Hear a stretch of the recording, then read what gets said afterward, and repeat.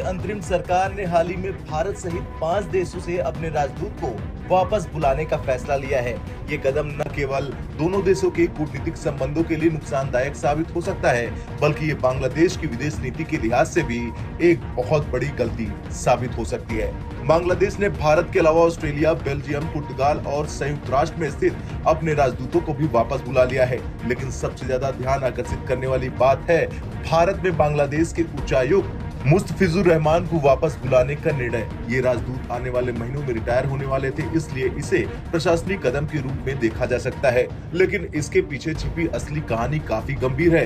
दरअसल भारत और बांग्लादेश के संबंध हमेशा से दोस्ताना रहे हैं, खासकर जब 1971 में बांग्लादेश ने अपनी स्वतंत्रता हासिल की थी। भारत ने बांग्लादेश की स्वतंत्रता संग्राम में न केवल समर्थन दिया, बल्कि उसके बाद भी आर्थिक और सामरिक सहयोग जारी रखा।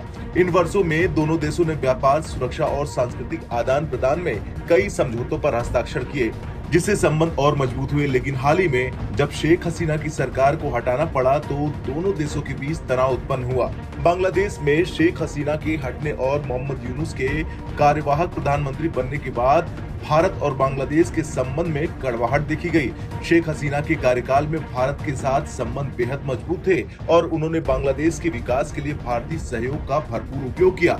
लेकिन जब अंतरिम सरकार ने शेख हसीना के प्रत्यर्पण का मुद्दा उठाया तो ये स्पष्ट हो गया कि दोनों देशों के संबंधों में दरारें आ रही। मोहम्मद यूनुस, जो वर्तमान में बांग्लादेश के कार्यवाहक प्रधानमंत्री है, उन्होंने हाल ही में भारत की आलोचना की थी। इसके साथ ही दोनों देशों के बीच तनाव तब और बढ़ गया जब शेख हसीना की प्रत्यर्पण का मुद्दा सामने आया।